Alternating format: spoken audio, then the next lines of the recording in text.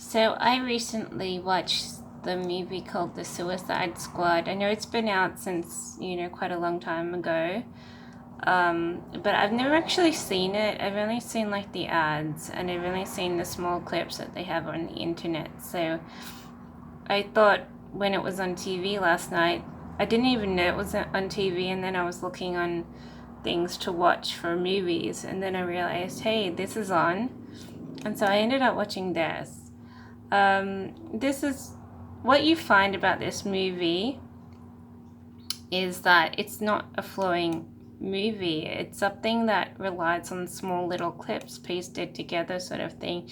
So you get all these things that look like big scenes, on the shortened clips that you see on the internet are actually just tiny little scenes that don't actually last for very long. And that's the thing that you realize pretty early on about this movie is that there's not a lot of time spent on most of the scenes. Um, they switch pretty quickly, and a lot of the times you feel as though you don't quite have the full story. I don't know why this clip is happening so soon, but this is the crash clip that happens near the end.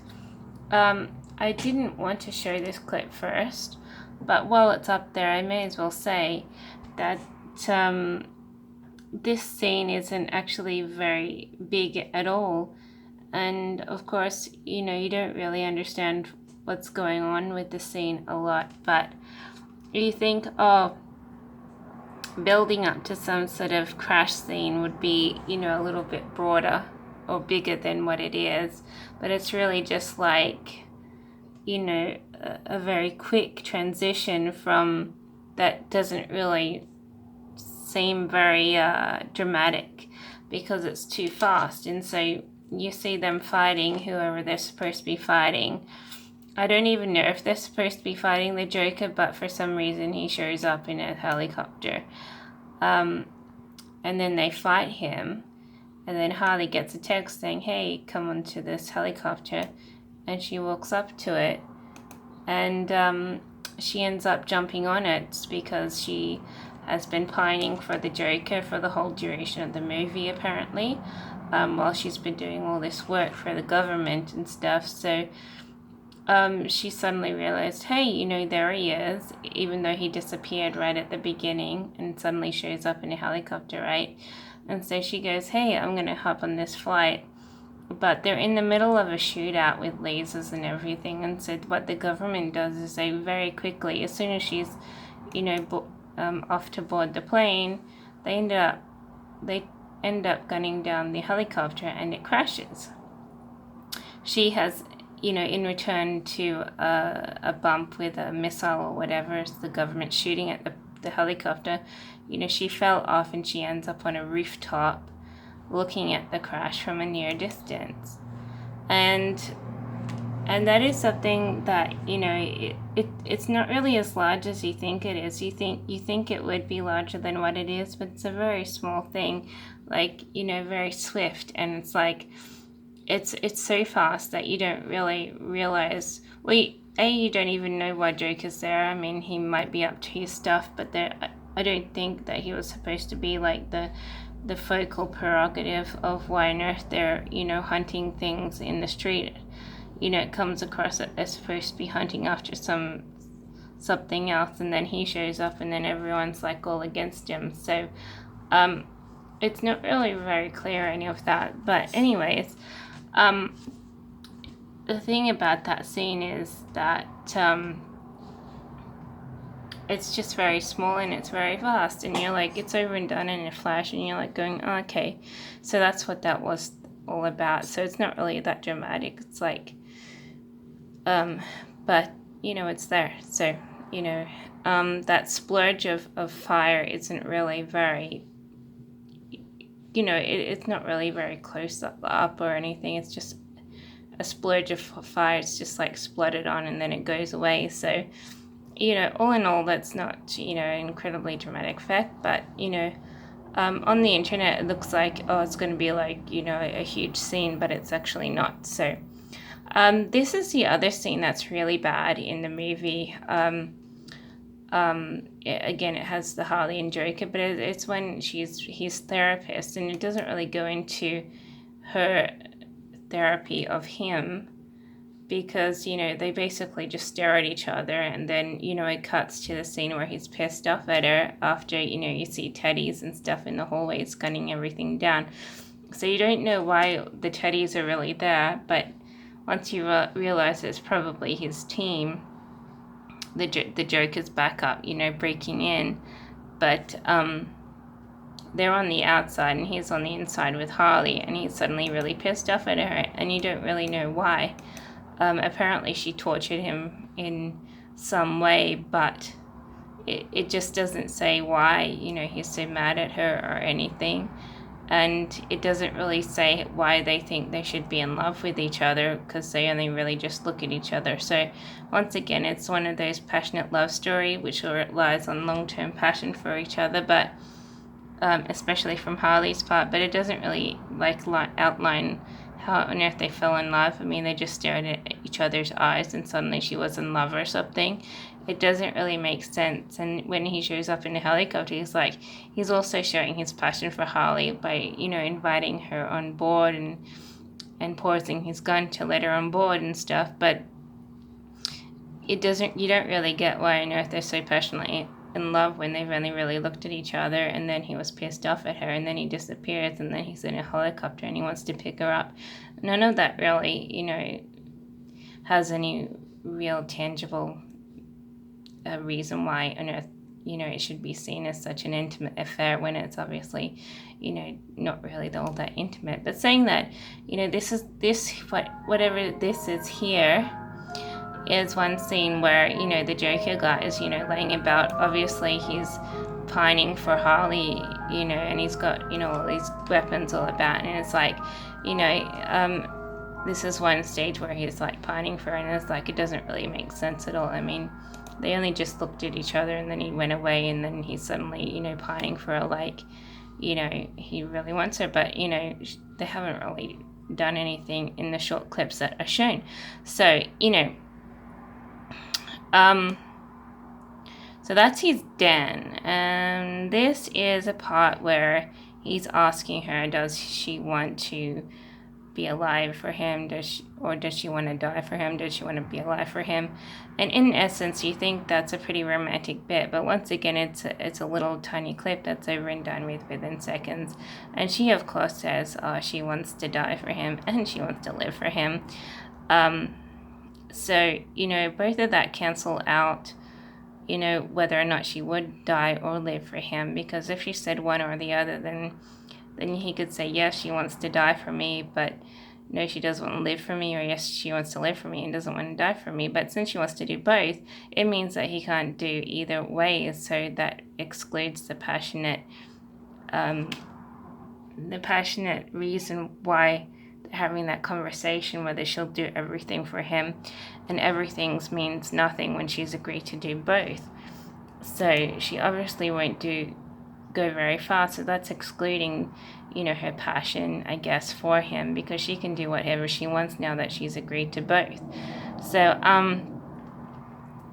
I think this is probably one of the moments where people think, is Joker's showing his character a little bit. He's like flirting and everything, being a little bit greasy, and she's, being a little bit stony-eyed.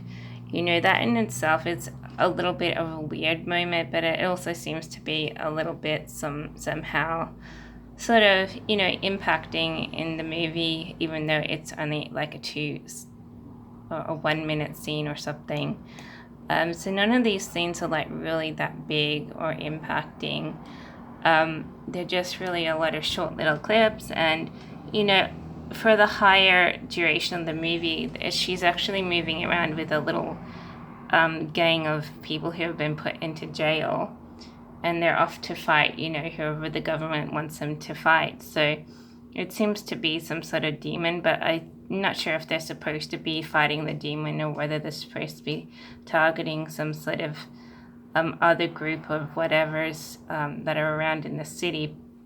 but at the end scene, right at the end of the credits, if you hold on for the duration of the credits, right at the end of the credits, the woman government officer, she's talking with the Bruce Wayne part of the Batman. So she's talking to him about future project, and he's like, gives her a warning, and then it cuts out. So if you do watch the credits and listen, right at the end, it has that sort of bit. So which intones that they would have another part to this, but this is the only one that I've seen because it's taken this long to see this, and I would say it's watchable. It's not as bad as I thought when I first saw it.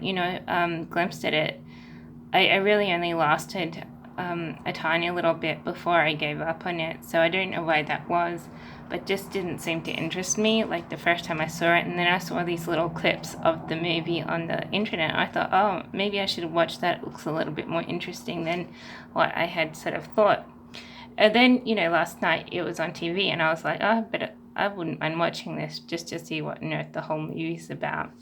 So I would say it's a watchable movie, but it doesn't really have a lot of impact. It's a little bit confusing because it sort of, cuts out. It's like jumping from one thing to another really quickly and stuff. So you don't really understand, fully why on earth, like Joker's so pissed at Harley. Apparently she tortured him somehow, but you don't actually see it. And so if you don't know that that's the reason why he's mad at her, you wouldn't ever find out, if you just watch the movie, because it's not actually there, and it's not actually there. Why on earth these people with guns that are dressed up like pandas are on the outside?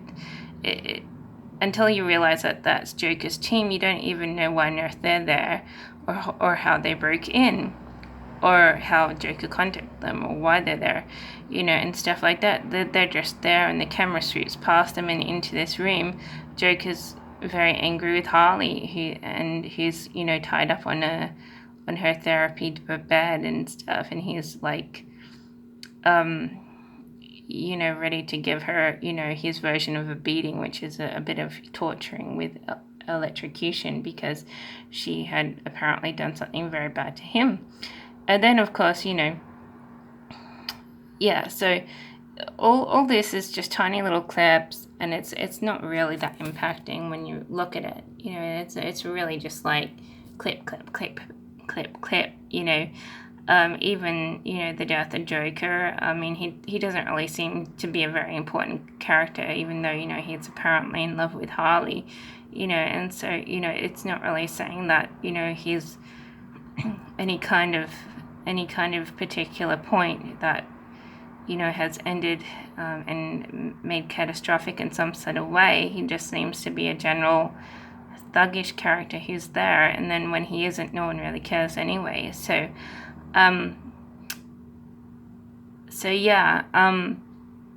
the main focal point of this whole entire thing is endeavoring a bunch of jail inmates, which includes Harley and a few other characters, and they walk through scene after scene to try and do whatever the government wants them to do. That seems to be the focal point of this, and then Harley, has little memories of her and the Joker a couple of times before